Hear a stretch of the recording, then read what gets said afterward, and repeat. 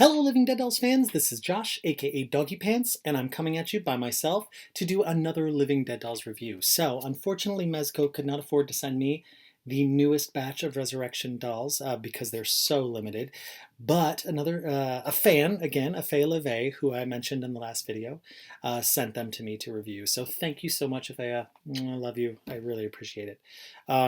If you want to check out her pages, go to Facebook and go to the Living Dead Dolls Worldwide group or the New Morgue, which is being run, both of those are being run by her as well. So definitely worth checking out. So today we're going to be reviewing the newest set of Resurrection dolls that came out, right? So they've done 4 versions of these 4 dolls. We've had the regular Resurrection 9, we've had the variant Resurrection 9, we've had the glow-in-the-dark regular Resurrection 9, and now we have the glow-in-the-dark variant Resurrection 9. And I have to say that this set is by far the best of the 4.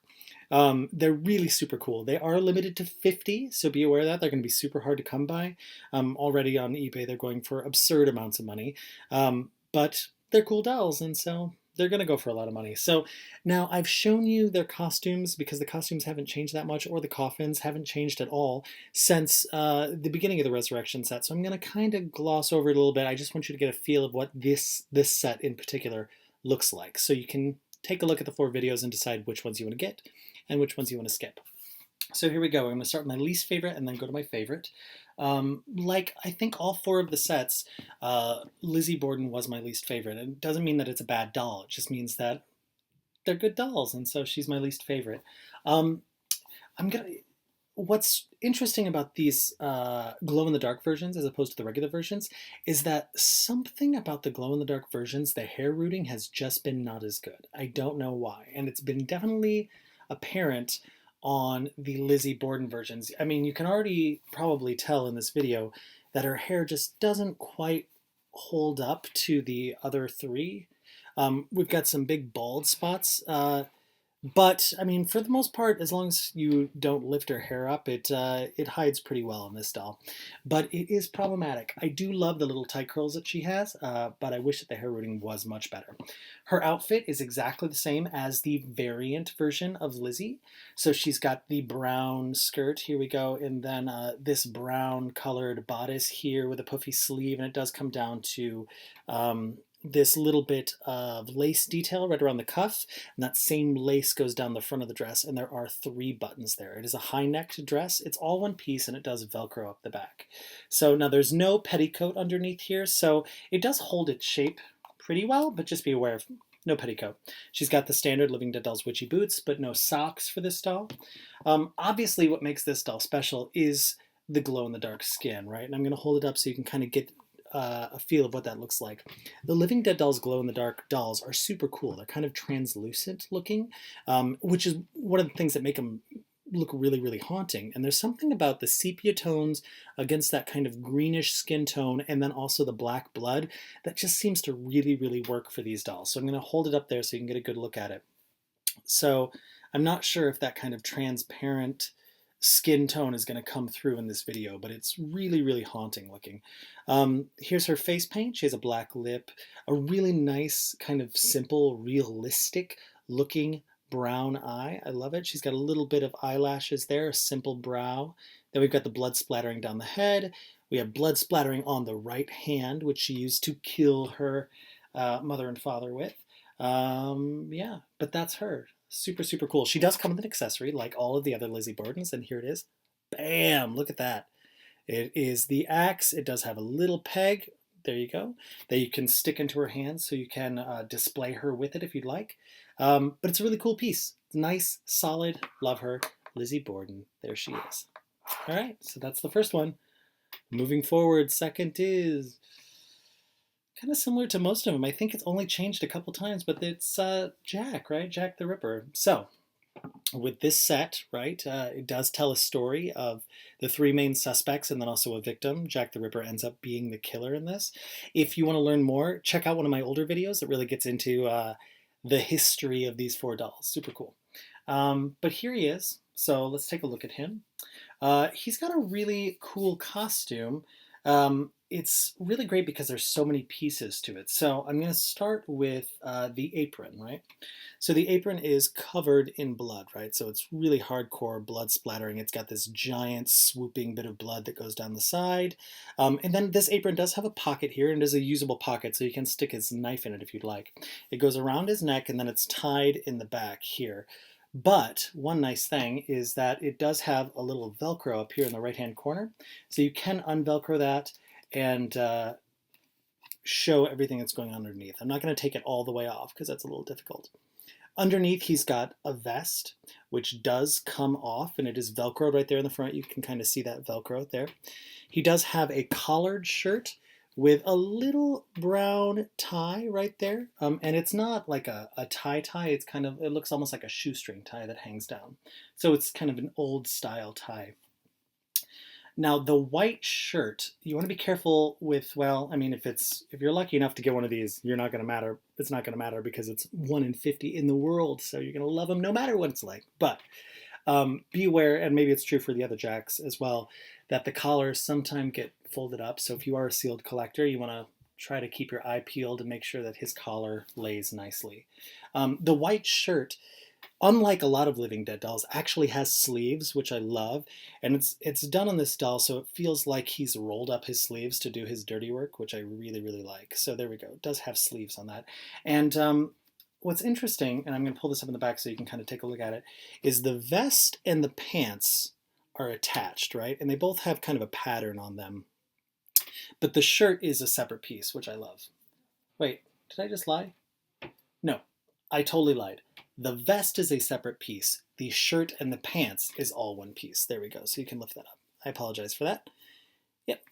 But it's really cool. And then that Velcro's in the back, the shirt and the pants set. So you can take all of this off. The only piece that you cannot take off of his is this cape, which I wish you could. I really like it better when they tie or when they snap. Not that I change the clothes on my Living Dead dolls ever, really, but it's nice to have the option, you know? This is the, which we've been seeing more and more. He's got the gold chain that attaches right here, so it means that the only way that you can take this cape off of him is to actually pop off his head. So I wouldn't recommend doing that because it is a doll that is worth a lot of money, so maybe don't make that choice, but you can if you want. So the cape is made out of this really nice kind of thick wool material, which I love. And then it's got this tiered collar right here. Well, just one tier. Can pop up if you like or keep it down. It's nice. And then the last bit of his outfit is the top hat. And the top hat is a standard kind of Living Dead Dolls top hat, right? So it's black. It's got the little black ribbon that goes around it, but it is plastic. So you want to be careful not to split it. A lot of the Living Dead Dolls hats split really, really simply. So we just want to make sure that we keep it nice and cool. Now, his hair is that like flocked hair that we first saw in Series 3 Sheena. Love it though. He's a redhead in the regular version. This time it's a kind of lighter brown color for the variant, which I really like. It's cool. Though I love the redhead. I don't know why, but I just think it's kind of funny that he's a redhead. The other thing that's really great about him is he's got these intense mutton chops, right? It's really nice. His head feels really nice. You want to be careful though. Sometimes if there's too much rubbing from the hats on some of these dolls, it'll wear through this like flocked hair. So just be careful of that. Now his face paint is really, really simple, right? He's got the glass eyes. They are pink with kind of a red rim around the outside, and they're black on the inside. A really simple lip, and then kind of a simple Living Dead Doll's eyebrow. And then he is blood splattered, right? Because he's been doing some hardcore killing right there. So there's blood all down his face, all down his front, down his arm, and also on his hand where he was doing the stabbing. So he's a curved hand doll, which means that he can hold his knife, and here is his knife. Boom. So it's kind of a standard Living Dead Doll's knife. The only difference is that it is black blood to match kind of the sepia-toned thing that we got going on. Whoops. With this set, you can put this easily into his gripped hand if you want to kind of show him being scary on your shelf. But there he is. That is Jack the Ripper. Super, super cool. Awesome doll. Now this is where it gets interesting. It's really a toss-up between the next two for my favorite, but I'm going to go in third place, and it's mainly because I wish the hair was just a little bit better, is Fairy Faye, right? Fairy Faye is such a cool, cool doll. Love her. They really did a good job with her. They made her terrifying. Um, yeah, so let's start with the dress. Her dress is all one piece, but it's a really nice piece. It looks like an old school prostitute outfit. um, so we've got this long skirt here, right? And then it has this little kind of tiered effect in the front. It is just one kind of piece right here that's sewn underneath and sewn in a way that it gives those kind of tiered effect. But again, this is all one piece. The bodice is kind of a square neck bodice right there. And then the sleeves are really cool. They're a puffy sleeve, but they have got elastic around one part of the arm and then also around the wrist. I'll show it here because it's a little bit easier. She has actual hand here. So you can push this up if you'd like to display it kind of in a different way. But the elastic holds it in whatever place you want to put it. Now she has this horizontal belt made out of the same material, and then that comes around to the back to create this giant bow in the back. But what's nice about this bow is that it's actually put on one side of the dress, so you do not have to untie it, and you can untie it. It's actually stitched in place in order to un-Velcro her dress and take this dress off of her, which is really, really cool. Yeah, but that's her outfit. It is in this kind of sepia tone brown or bronze and black, which I love. I love the bronze hair on this doll. I think it's super, super cool. But what's so great about Fairy Faye is the glow in the dark really works for this doll. And when the lights are off, she's scary. She is a torn face doll right there. So torn face we first saw on Died, I believe, from Died and Doom. She's got a white eye, which I love when they do that for the Resurrection dolls. And then she's got just blood everywhere, right? So she's got a cut on her eye, a cut on her forehead up here. There's blood down on her neckline because she just got tore up. Now, I'm sorry, it's later at night, so I'm trying to be a little quiet. So I apologize if the energy seems a little weird on this one, but what can you do? Yeah, so she does have some eyebrows as well. You can see them right there probably. They're really, really faint though on the glow-in-the-dark doll. And if I remember right, they were pretty faint on the variant Resurrection set as well. But yeah, but I really, really like the green doll. Now, she's got some blood on her left hand, right? But her right hand,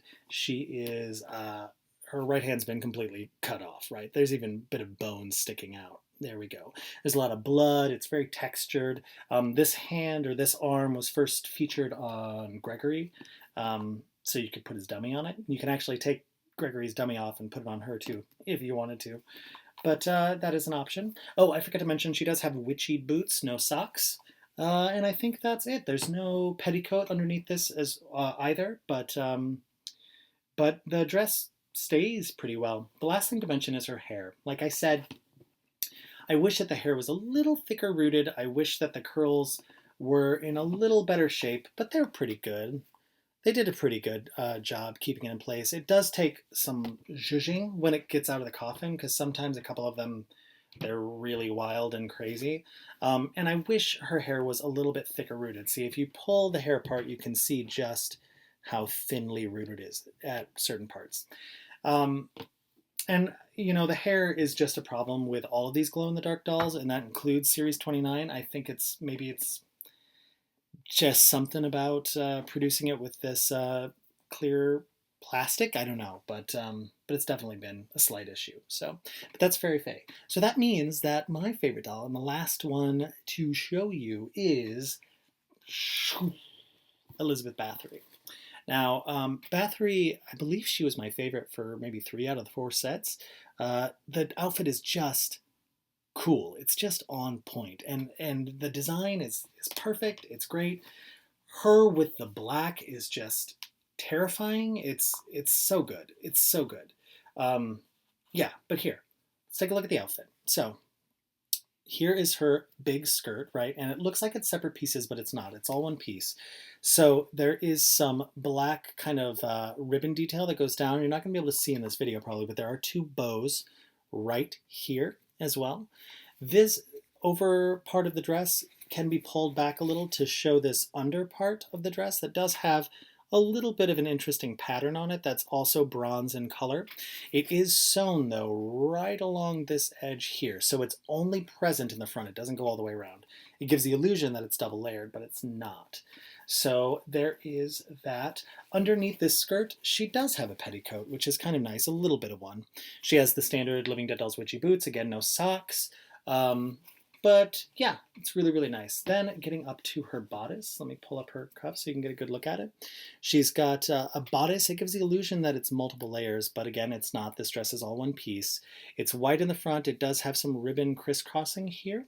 The ribbon is actually colored bronze to match the bottom layer of the dress, and then also the sleeves or the undershirt look for the underneath that bodice piece.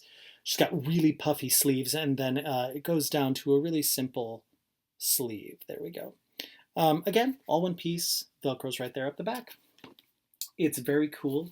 What's interesting about her in her sepia-toned version is that the blood that's coming down her, you can't really see because the blood is dark colored and her outfit is so dark. But it's creepy. It looks like an oil spill or something. There's something that's really freaky about it that I still love. So there is some blood on the front of the dress, but it's kind of hard to see. Obviously, where it's not hard to see is on her really ornate, super, super cool collar. And I love this collar. They've never done anything like this, and I just love it. It's just sewn in a certain way. Here, I'll try to show you the back so you can see. And I pointed this out on the other videos as well, but there's one little piece of string that goes through this collar, right? And it creates that kind of ruffle effect. So you want to be careful that you do not cut that string. The only problem with this ruffle is that it is not removable. There's no Velcro, there's no snap or anything. So it's on there. To take it off, again, you got to pop off the head.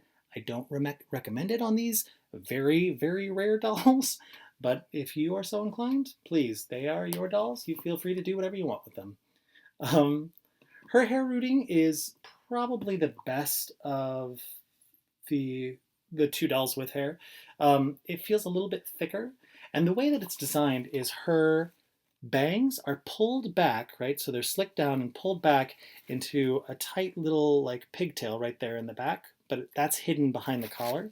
So that's what gives it that kind of swoop down effect. And then the hair is pulled back into this really severe bun that has this kind of beautiful little half moon kind of effect of a bun. That bun is pulled back and pulled, how do I want to say it? Like, it's pulled back and it's got some plastic around it to hold it back and keep all this hair in the back. Wow, it's getting late tonight, you guys. I'm sorry. Go. Yeah, but that's it. That's how her hair is. Oh, her face paint. Jeez. So there we go. Again, the glow in the dark is super haunting. The black pours down her face. She's got a kind of intense black lip, really intense black eyes, some eyelashes, and then a pretty simple black eyebrow that's kind of standard for Living Dead dolls, but super scary. She of the four, I think, is by far the scariest. Yeah, but that's her. That's Elizabeth Bathory. The last thing I'm going to show you, and I normally show it at the beginning, but I'm just going to give you a quick look, is the coffins. It's exactly the same as all the other four sets. So if you've seen them before, it's the same thing. No handles, black coffins, red tissue paper. There's the little Mezco Toys sticker right there, and they do have the personalized chipboard, which is nice. I really love that the Resurrection set is actually in coffins this year. Please, Mezco, keep doing that. Big thumbs up. And then also that they have individualized chipboards. I think that's really cool. But yeah, but that's it. Here, let me pull them up so you can see them all next to each other. There we go. That's it. And this is the last of the Resurrection 9 dolls. So I actually got to review all four sets, which is incredible, right? So thank you so much, Afei LeVay. You are awesome.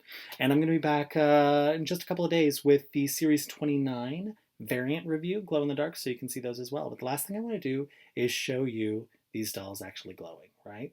So here we go. 1, 2, 3. Awesome, right? Super, super cool dolls. Thank you guys so much for watching. I'll talk to you later. Bye. When he's walking down the street, every girl he meets is said is your name, Mary Kelly.